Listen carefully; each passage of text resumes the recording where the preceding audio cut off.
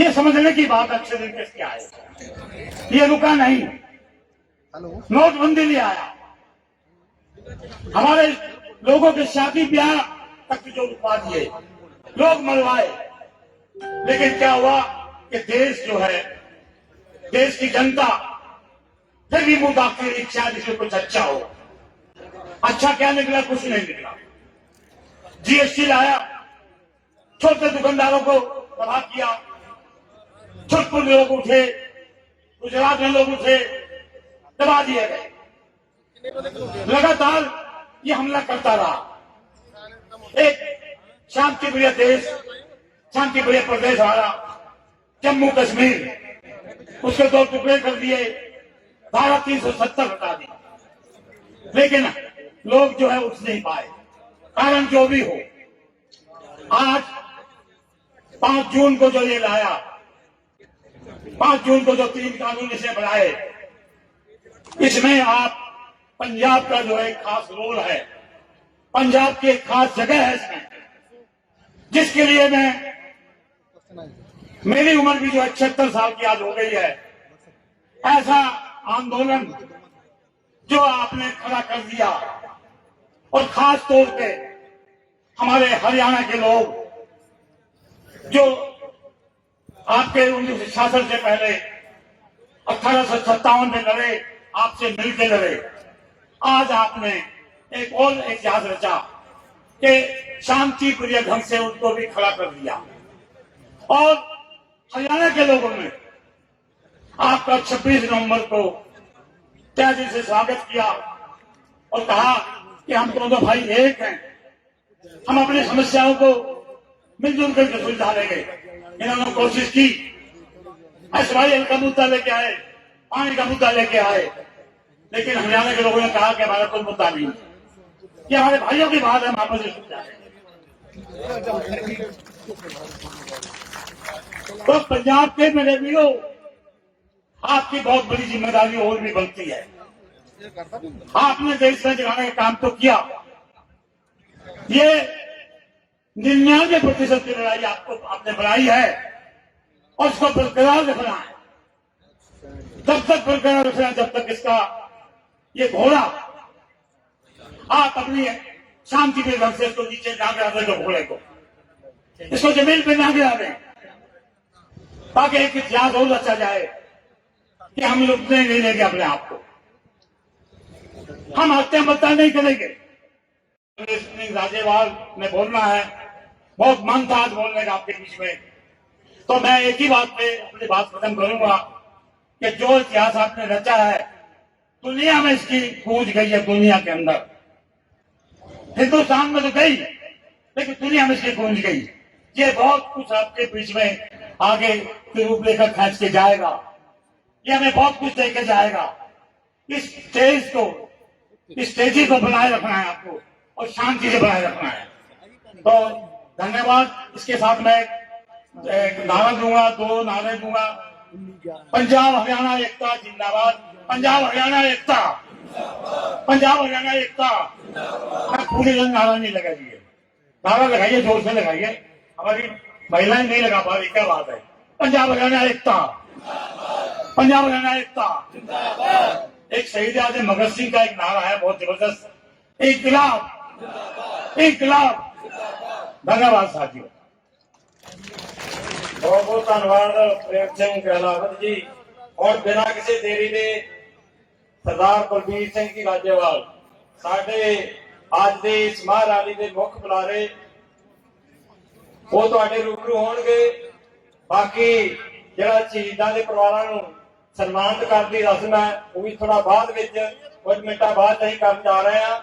तो सारे भैणां भरावां नूं एक बारी फिर बेनती है, इधर उधर फेरे जे वापस जाने का मन भी बनाया, थोड़ा परा चले गए हो, ट्रैक्टर लागे छावे बह गए हो, माड़ी मोटी गर्मी चलो। आओ इन्हों आम तौर पर तुसी टेलीविजन राही, टेलीफोन राही दूर दराजों सुनते हो, अज तुहाडे कोल आए ने, इन्ना क मान सत्कार करिए। सारे संयुक्त किसान मोर्चे की सीनियर लीडरशिप इन्ना सफर करके सैकड़े किलोमीटर का दिन रात जिथे उत्थे बैठे ने, ਇਹਨਾਂ ਦੀ ਮਿਹਨਤ ਨੂੰ ਸਲਾਮ ਕਰਨਾ ਬਣਦਾ ਹੈ, ਇਹਨਾਂ ਦਾ ਸਤਿਕਾਰ ਕਰਨਾ ਬਣਦਾ ਹੈ, ਇਹਨਾਂ ਦੀ ਆਵਾਜ਼ ਸੁਣਨੀ ਬਣਦੀ ਹੈ, ਇਹਨਾਂ ਦੀ ਗੱਲ ਮੰਨਣੀ ਬਣਦੀ ਹੈ। ਤੇ ਸ਼ਾਇਦ ਜੇ ਆਵਾਜ਼ ਸੁਣ ਲਵਾਂਗੇ ਤੇ ਜਪਜੀ ਸਾਹਿਬ ਦੀਆਂ ਉਹ ਲਾਣਾ ਸਾਡੇ ਜਿਹੜੀਆਂ ਸਾਖਸ਼ਾਤ ਸਾਹਮਣੇ ਆਉਣਗੀਆਂ ਤੇ ਲਾਜ਼ਮੀ ਤੌਰ ਤੇ ਆਪਣੇ ਕਾਮਯਾਬੀ ਵਾਲੇ ਪਾਸੇ ਨੂੰ ਜਾਵਾਂਗੇ। ਲਾਜ਼ਮੀ ਤੌਰ ਤੇ ਜਿੱਤ ਜਿਹੜੀ ਆ ਤੁਹਾਡੀਆਂ ਚਰਨ ਛੂਏਗੀ। ਸੁਣਿਆ ਮੰਨਿਆ ਮਨ ਕੀਤਾ ਭਾਓ, ਅੰਤਰਗਤ ਤੀਰਥ ਮਲ ਨਾਓ। ਆਓ ਇਹ ਜਿਹੜੀ ਕਿਰਤੀ ਦੀ ਆਵਾਜ਼, ਸੱਚ ਦੀ ਆਵਾਜ਼ ਸਿੰਘੂ, ਟਿਗਰੀ ਤੇ ਦਿੱਲੀ ਦੇ ਹੋਰ ਬਾਰਡਰਾਂ ਦੇ ਲਗਾਤਾਰ ਮਹੀਨਿਆਂ ਤੋਂ ਗੂੰਜ ਰਹੀ ਹੈ, ਉਹ ਆਵਾਜ਼ ਤੁਹਾਡੇ ਰੂਬਰੂ ਹੋ ਰਹੀ ਹੈ। ਮੈਂ ਬੇਨਤੀ ਕਰਦਾ ਸਾਡੇ ਬਹੁਤ ਹੀ ਸਤਿਕਾਰਯੋਗ ਸਰਦਾਰ ਬਲਬੀਰ ਸਿੰਘ ਜੀ ਰਾਜੇਵਾਲ, ਸਰਦਾਰ ਬਲਬੀਰ ਸਿੰਘ ਜੀ ਰਾਜੇਵਾਲ ਪ੍ਰਧਾਨ ਭਾਰਤੀ ਕਿਸਾਨ ਯੂਨੀਅਨ ਰਾਜੇਵਾਲ, ਸੰਯੁਕਤ ਕਿਸਾਨ ਮੋਰਚੇ ਦੇ ਸੀਨੀਅਰ ਆਗੂ, ਉਹ ਤੁਹਾਡੇ ਸਾਹਮਣੇ ਆਉਣ ਤੇ ਆਪਣੀ ਗੱਲ ਤੁਹਾਡੇ ਨਾਲ ਸਾਂਝੀ ਕਰਨ। ਸਰਦਾਰ ਬਲਬੀਰ ਸਿੰਘ ਜੀ ਰਾਜੇਵਾਲ। ਕਿਸਾਨ ਮੋਰਚਾ ਜਿੰਦਾਬਾਦ, ਸੰਯੁਕਤ ਕਿਸਾਨ ਮੋਰਚਾ ਜਿੰਦਾਬਾਦ, ਭਾਰਤੀ ਕਿਸਾਨ ਯੂਨੀਅਨ ਜਿੰਦਾਬਾਦ, ਦੇਸ਼ ਭਰ ਦੇ ਕਿਸਾਨੋਂ ਜਿੰਦਾਬਾਦ, ਭਾਰਤੀ ਕਿਸਾਨ ਯੂਨੀਅਨ ਜਿੰਦਾਬਾਦ। ਜਨਾਬ ਬਹੁਤ ਹੀ ਸਤਿਕਾਰਯੋਗ ਸਵੇਰ ਤੋਂ ਬੈਠੇ ਭੈਣੋਂ ਭਰਾਵੋ ਤੇ ਨੌਜਵਾਨੋਂ, ਸਟੇਜ ਉੱਤੇ ਬੈਠੇ ਆਗੂ ਸਾਹਿਬਾਨ, ਸਭ ਤੋਂ ਪਹਿਲਾਂ ਫਤਿਹ ਅਰਜ਼ ਕਰਦਾ ਵਾਹਿਗੁਰੂ ਜੀ ਕਾ ਖਾਲਸਾ ਵਾਹਿਗੁਰੂ ਜੀ ਕੀ ਫਤਿਹ। ਮੈਂ ਸਮਝਦਾ ਹਾਂ ਤੁਸੀਂ ਇੰਨੀ ਗਰਮੀ 'ਚ ਬਹੁਤ ਲੰਬੇ ਸਮੇਂ ਤੋਂ ਬੈਠੇ ਹੋ, ਅਖੀਰ 'ਚ ਮੈਨੂੰ ਆਪਣੀਆਂ ਦੋ ਗੱਲਾਂ ਕਹਿਣ ਦਾ ਮੌਕਾ ਮਿਲਿਆ। ਮੈਂ ਤੁਹਾਡੇ ਨਾਲ ਜ਼ਿਆਦਤੀ ਨਹੀਂ ਕਰਾਂਗਾ, ਬਹੁਤ ਲੰਬੀ ਗੱਲ ਮੈਂ ਨਹੀਂ ਕਰਾਂਗਾ। ਤੁਸੀਂ ਸਾਰੇ ਜਾਣਦੇ ਹੋ ਹਰ ਰੋਜ਼ ਸੂਝਵਾਨ ਸੱਜਣ ਜਿੱਥੇ ਕਿਤੇ ਸੱਥਾਂ 'ਚ ਕਿਤੇ ਚਿੰਤਨ ਕਰਨ ਵਾਲੀ ਥਾਂ ਤੇ ਬੈਠਦੇ ਹੋ, ਤੁਹਾਡਾ ਇੱਕ ਵੱਖਰਾ ਇਤਿਹਾਸ ਹੈ। ਤੁਸੀਂ ਉਹ ਲੋਕ ਹੋ ਜਿਹੜੇ ਮੁਗਲਾਂ ਦੇ ਵੇਲੇ ਇਨਸਾਫ ਲਈ ਮੁਗਲਾਂ ਨਾਲ ਲੜੇ। ਤੁਸੀਂ ਉਹ ਲੋਕ ਹੋ ਜਿਨ੍ਹਾਂ ਨੇ ਲੁਟੇਰਿਆਂ ਤੋਂ ਲੁੱਟਿਆ ਹੋਇਆ ਮਾਲ ਵਾਪਸ ਕਰਾਇਆ ਔਰ ਧੀਆਂ ਭੈਣਾਂ ਵਾਪਸ ਘਰੀ ਪਹੁੰਚਾਈਆਂ। ਤੁਸੀਂ ਉਹ ਲੋਕ ਹੋ ਜਿਨ੍ਹਾਂ ਨੇ ਦੇਸ਼ ਦੀ ਆਜ਼ਾਦੀ ਦੀ ਲੜਾਈ 'ਚ ਦੇਸ਼ ਵਿੱਚ ਸਭ ਤੋਂ ਵੱਡਾ ਯੋਗਦਾਨ ਪਾਇਆ। ਤੁਸੀਂ ਉਹ ਲੋਕ ਹੋ ਜਿਨ੍ਹਾਂ ਨੇ ਇੱਥੇ ਐਮਰਜੈਂਸੀ ਲੱਗੀ, ਸਿਰਫ ਤੇ ਸਿਰਫ ਪੰਜਾਬੀਆਂ ਨੇ ਐਮਰਜੈਂਸੀ ਦੇ ਵਿਰੋਧ ਵਿੱਚ ਲੜਾਈ ਲੜੀ। ਇਹ ਜਿੰਨੇ ਸੰਘਰਸ਼ ਤੁਸੀਂ ਕੀਤੇ ਇਹਦਾ ਕੋਈ ਸਾਨੀ ਨਹੀਂ, ਪਰ ਅੱਜ ਅਸੀਂ ਬਸ ਉਹਨਾਂ ਲੋਕਾਂ ਦੇ ਪਏ ਆ। ਜੇ ਮੈਂ ਪੋਲੀਟੀਕਲੀ ਕਹਾਂ, ਬਦਕਿਸਮਤੀ ਹੈ ਇਸ ਦੇਸ਼ ਦੀ, ਪੋਲਿਟਿਕਸ ਦੀ ਪਰਿਭਾਸ਼ਾ ਬਦਲ ਗਈ।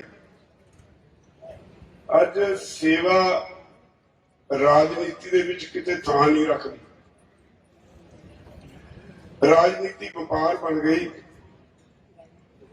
ਜਦੋਂ ਚੋਣਾਂ ਆਉਂਦੀਆਂ ਇਨਵੈਸਟਮੈਂਟ ਵਾਂਗੂ ਪੈਸੇ ਖਰਚੇ ਜਾਂਦੇ ਆ, ਇਹ ਸੋਚ ਕੇ ਵੀ ਇਹ ਬਿਜ਼ਨਸ ਹੈ, ਇਹਦੇ ਵਿੱਚ ਮੈਂ ਪੈਸਾ ਖਰਚਣਾ, ਇਨਵੈਸਟਮੈਂਟ ਕਰਨੀ ਹੈ, ਉਹ ਤੇ ਬਾਅਦ ਚ ਉਹਦਾ ਲਾਭ ਆਏਗਾ। ਅੱਜ ਦੇ ਪੋਲੀਟੀਸ਼ੀਅਨ ਨੂੰ ਇਹ ਚੰਗੀ ਤਰ੍ਹਾਂ ਪਤਾ ਵੀ ਕਿਹੜੇ ਪਿੰਡ ਵਿੱਚ ਕਿਹੜੇ ਬੰਦੇ ਤੋਂ ਸ਼ਰਾਬ ਨਾਲ ਬੋਤਲ ਲਈ ਜਾ ਸਕਦੀ ਹੈ।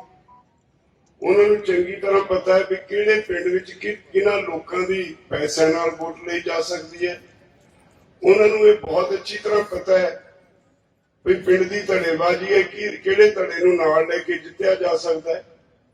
ਇਸ ਤਰ੍ਹਾਂ ਦੀਆਂ ਸਾਰੀਆਂ ਅਲਾਮਤਾਂ ਜਿਹੜੀਆਂ ਸਮੇਂ ਦੇ ਨਾਲ ਉਹਨਾਂ ਨੇ ਸਾਡੇ ਸਮਾਜ ਵਿੱਚ ਪੈਦਾ ਕੀਤੀਆਂ, ਸੇਵਾ ਲਈ ਨਹੀਂ ਆਪਣੇ ਨਿੱਜ ਲਈ, ਉਹ ਅੱਜ ਦੇ ਪੋਲੀਟੀਸ਼ੀਅਨ ਦੀ ਲੋੜ ਬਣ ਕੇ ਰਹਿ ਗਏ। ਔਰ ਅਸੀਂ ਹਰ ਵਾਰੀ ਚੋਣਾਂ ਆਉਂਦੀਆਂ ਇਸ ਸਿਸਟਮ ਦਾ ਸ਼ਿਕਾਰ ਹੁੰਦੇ ਹਾਂ, ਤੇ ਜਦੋਂ ਚੋਣਾਂ ਹੋ ਜਾਂਦੀਆਂ ਸ਼ਿਕਾਰ ਉਦੋਂ ਵੀ ਹੁੰਦੇ। ਚੋਣਾਂ ਤੋਂ ਬਾਅਦ 5 ਸਾਲ ਹੱਥ ਜੋੜਦੇ ਆ ਔਰ 5 ਸਾਲ ਇਹ ਮਨ ਚ ਰੱਖ ਕੇ ਵੀ ਕਿਤੇ ਥਾਣੇ ਲੋੜ ਪਊ, ਕਿਤੇ ਸਰਕਾਰੀ ਦਰਬਾਰੇ ਲੋੜ ਪਊ, ਐਮਐਲਏ ਦੇ ਇੱਕ ਆਵਾਜ਼ ਮਾਰੀ ਤੇ ਭੱਜ ਕੇ ਜਾਂਦੇ ਆ। ਅੱਜ ਅੰਦੋਲਨ ਚੱਲ ਰਿਹਾ ਹੈ, ਇਹ ਫੇਰ ਤੁਹਾਡੇ ਸਿਰ ਤੇ ਹੈ, ਇਹ ਫੇਰ ਇਹਦਾ ਸਿਰਾ ਪੰਜਾਬੀਆਂ ਨੂੰ ਜਾਂਦਾ ਹੈ। ਮੇਰੇ ਵਰਗੇ ਕਈ ਮੂਰਖਾਂ ਨੇ ਬਹੁਤ ਦੇਰ ਪਹਿਲਾਂ ਭਾਪ ਲਿਆ ਸੀ ਵੀ ਸਰਕਾਰ ਕੀ ਕਰਨ ਜਾ ਰਹੀ ਹੈ। ਸਮਝ ਆ ਗਈ ਸੀ ਕਿ ਜਿਹੜੇ ਰਾਹ ਸਰਕਾਰ ਤੁਰ ਪਈ ਅਗਲਾ ਇੱਕ ਵੱਡਾ ਗੰਭੀਰ ਹਮਲਾ ਸਾਡੇ ਤੇ ਹੋਣ ਵਾਲਾ ਹੈ। ਮੈਨੂੰ ਯਾਦ ਹੈ ਮੈਂ ਪਿਛਲੇ ਸਾਲ ਪਹਿਲਾਂ ਤਾਂ ਮੈਂ ਕਾਗਜ਼ ਪੱਤਰ ਇਕੱਠੇ ਕਰਦਾ ਰਿਹਾ। ਪਿਛਲੇ ਸਾਲ 17 ਫਰਵਰੀ ਨੂੰ ਸਾਰੀਆਂ ਪਾਰਟੀਆਂ ਚੰਡੀਗੜ੍ਹ ਚ ਕਿਸਾਨ ਭਵਨ ਚ ਸੱਦ ਲਈਆਂ। ਸਾਰੇ ਦੇ ਵੱਡੇ ਲੀਡਰ ਆਏ। ਸ਼੍ਰੋਮਣੀ ਅਕਾਲੀ ਦਲ ਵੱਲੋਂ ਸਰ ਬਲਵਿੰਦਰ ਸਿੰਘ ਭੂੰਦੜ, ਡਾਕਟਰ ਦਲਜੀਤ ਸਿੰਘ ਚੀਮਾ, ਕੁਝ ਐਮਐਲਏ। ਕਾਂਗਰਸ ਵੱਲੋਂ ਸੁਨੀਲ ਜਾਖੜ, ਇੱਕ ਨਾਗਰਾ ਤੇ 2 ਹੋਰ ਐਮਐਲਏ। ਆਮ ਆਦਮੀ ਪਾਰਟੀ ਦੇ ਹਰਪਾਲ ਚੀਮਾ ਤੇ ਉਹਨਾਂ ਦੇ ਨਾਲ 4-5 ਐਮਐਲਏ। ਭਾਜਪਾ ਵੱਲੋਂ ਆਈ ਬਹੁਤ ਸੱਜਣ ਬੋਲਦਾ ਅੱਜ ਕੱਲ ਗਰੇਵਾਲ, ਇਹ ਤੇ ਉਹਦੇ ਕੁਝ ਸਾਥੀ ਸਾਰੇ ਹਾਜ਼ਰ ਸੀ। ਮੈਂ ਸਾਰਿਆਂ ਨੂੰ ਕਾਗਜ਼ ਪੱਤਰ ਦਿੱਤੇ ਵੀ ਪਹਿਲਾਂ ਇਹਨਾਂ ਨੂੰ ਪੜ੍ਹ ਲਓ ਫਿਰ ਸਾਨੂੰ ਕੁਝ ਸਮਝਾਇਓ। ਜਦੋਂ ਸਾਰਾ ਕੁਝ ਸਮਝਾਇਆ ਤਾਂ ਮੈਨੂੰ ਉਹ ਨਹੀਂ ਸਮਾਂ ਭੁੱਲਦਾ। ਮੈਂ ਜਾਖੜ ਨੂੰ ਸਵਾਲ ਕੀਤਾ ਵੀ ਤੁਹਾਡੀ ਸਰਕਾਰ ਹੈ, ਸੱਚੀ ਸੱਚੀ ਦੱਸਿਓ ਕੇਂਦਰ ਸਰਕਾਰ ਕਦੋਂ ਖਰੀਦ ਤੋਂ ਭੱਜ ਰਹੀ ਹੈ, ਐਮਐਸਪੀ ਤੋਂ ਕਦੋਂ ਭੱਜ ਰਹੀ ਹੈ, ਕਿੰਨਾ ਕੁ ਪ੍ਰੈਸ਼ਰ ਹੈ, ਕਿੰਨੀ ਕੁ ਦੇਰ ਹੋ ਰਹੀ ਕੰਮ ਚੱਲੂ। ਉਹਨੇ ਮੇਜ਼ ਤੇ 3 ਵਾਰੀ ਹੱਥ ਮਾਰ ਕੇ ਕਿਹਾ ਐਮਐਸਪੀ ਗਈ, ਐਮਐਸਪੀ ਗਈ, ਐਮਐਸਪੀ ਗਈ। ਅਗਲੀ ਗੱਲ ਉਹ ਕਹਿੰਦਾ ਹੈ, ਕਿਉਂਕਿ ਮੇਰੀ ਇੱਕ ਆਦਤ ਹੈ ਮੈਂ 6 ਮਹੀਨੇ ਬਾਅਦ ਇਹਨਾਂ ਨੂੰ ਇਕੱਠੇ ਕਰ ਲੈਣਾ। ਕਦੇ ਕਹਿਣਾ ਕਿਸਾਨ ਪਾਰਲੀਮੈਂਟ ਹੈ ਇਹਦੇ ਚ ਆਓ, ਕਦੇ ਕਹਿਣਾ ਵਰਕਸ਼ਾਪ ਰੱਖੀ ਹੈ ਇਹਦੇ ਚ ਆਓ। ਕੋਈ ਨਾ ਕੋਈ ਸਮਾਗਮ ਰਚ ਕੇ ਇਹਨਾਂ ਦੇ ਸਵਾਲ ਜਵਾਬ ਕਰਦੇ ਰਹਿੰਦੇ ਆ। ਉਹ ਮੇਰੇ ਵੱਲ ਇਸ਼ਾਰਾ ਕਰਕੇ ਕਹਿੰਦਾ ਹੈ ਵੀ ਆਹ ਬੰਦਾ ਆਪਾਂ ਨੂੰ ਹਰ ਸੁਣਾਈ ਇਕੱਠੇ ਕਰ ਲੈਂਦਾ ਹੈ ਤੇ ਆਪਾਂ ਜਿਹੜੇ ਸਵਾਲ ਕਰਦਾ ਉਹਦਾ ਕੋਈ ਉਲਟਾ ਸਿੱਧਾ ਜਵਾਬ ਦੇ ਕੇ ਤੁਰ ਜਾਂਦੇ ਆ। ਪਰ ਅੱਜ ਜਿਹੜੇ ਸਵਾਲ ਕੀਤੇ ਆ ਬਹੁਤ ਗੰਭੀਰ ਨੇ। ਉਹਨੇ ਸਾਰੀਆਂ ਪਾਰਟੀਆਂ ਦੇ ਲੀਡਰਸ ਨੂੰ ਕਿਹਾ ਵੀ ਭਰਾਵੋ ਤੁਸੀਂ ਵੀ ਪੜ੍ਹ ਲਿਆ, ਇਹ ਇੰਨੇ ਗੰਭੀਰ ਨੇ, ਜੇ ਹੁਣ ਇਕੱਠੇ ਹੋ ਕੇ ਨਾ ਲੜੇ ਤਾਂ ਪੰਜਾਬ ਬਰਬਾਦ ਹੋ ਜਾਊ ਘੱਟੋ ਘੱਟ।